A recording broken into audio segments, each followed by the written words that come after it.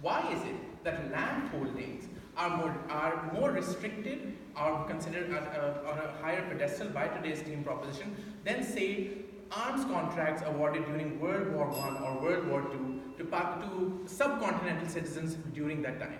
Are profits accrued through those colonial experiences not significant enough that they should be repaired? Second question, who were the people who suffered during the colonial experience? Sit down, Aisha. I'll take you on a minute. Who were the people who significantly suffered damages? The residents or the inhabitants of the Indian subcontinent, who are the people who should be compensated. The people. Who is being compensated by today's proposition? The state. Now, either they have to, I'll take your seats. Now, they are under now a burden to show how the state in these societies is efficient enough, is just enough, and can make an equitable distribution not to everyone, but to those victims of the colonial experience who they are now looking to identify. Yes, Do you trust the state when it collects taxes? Yes, we do. We do collect the state. We do trust the state. But the problem right now is that you are saying that when the state's validation in 1947, subsequently in 1956, through constitutional measures of protecting free property and private property, was a mistake.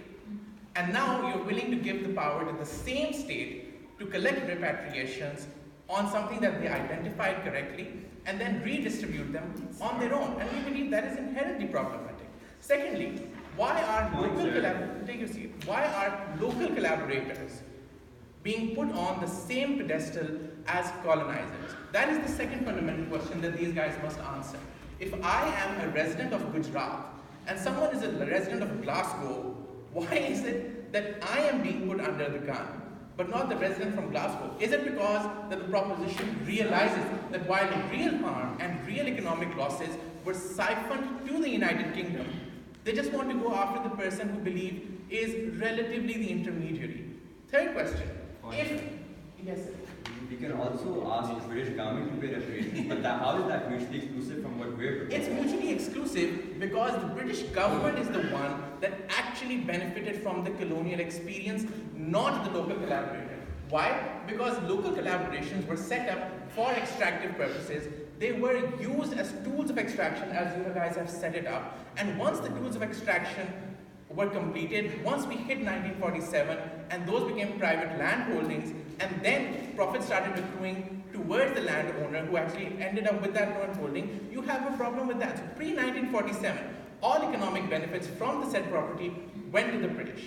Post-1947, those benefits accrued with the resident or with the owner. You do not have a problem with any benefits accruing post-1947. You have a problem with benefits accruing pre-1947, so the person never actually accrued a benefit. That's the fundamental issue that you guys are failing to understand. Moving on. The question, another fundamental question, that who does the responsibility for reparations actually rest with? Does it rest with the people and who are landholders, or does it rest with the British government or whoever the colonizing state actually is? We believe it rests with the colonizing state, because if any extraction took place, you should go after them. Also, an additional factor is that if this is going to be a clean break from colonialism, if this is going to be a clean break from this is how colonialism damaged us, this is what we want to take away from it, you are retaining significant parts of colonial structures in Pakistani and Indian society. The entire police system are significant laws. The tax system, the revenue system, they are all colonial remnants.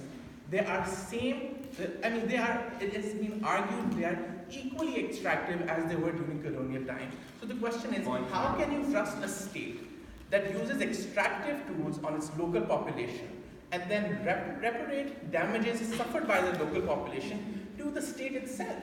That is inherently problematic.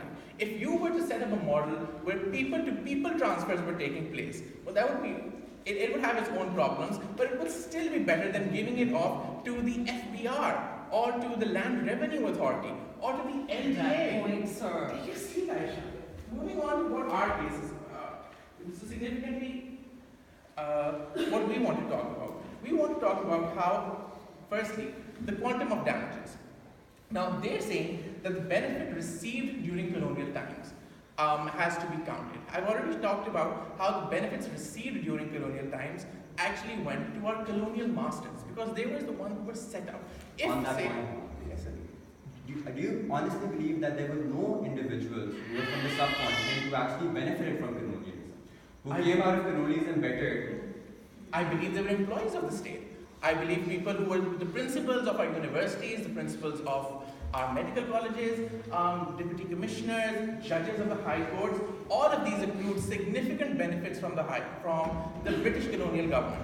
But you're not going after them, are you? You're going after the guy who said, the British told, you're good at farming, why don't you farm 4 acres of land for us?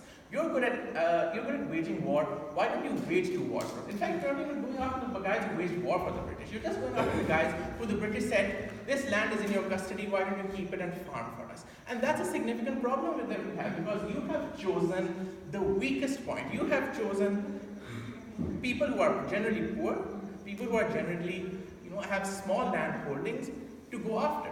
And then when you distinguish between the people who continue to have land and who sold out their land, you make another problem, you create another problem. See, I started off with 8 acres of land, like a lot of families. And then I worked really hard, and then my business multiplied, and I became a significant landholder. Say, one of those 23 really rich families that I talked about. How do you distinguish between the effort I put in and aggregated it on my land versus people who simply lost out on their land because of inefficient use of resources? Why am I being penalized for actually being good at my job and for contributing to the Pakistani agricultural economy by increasing my share in the Pakistani economy through agriculture? You're failing to take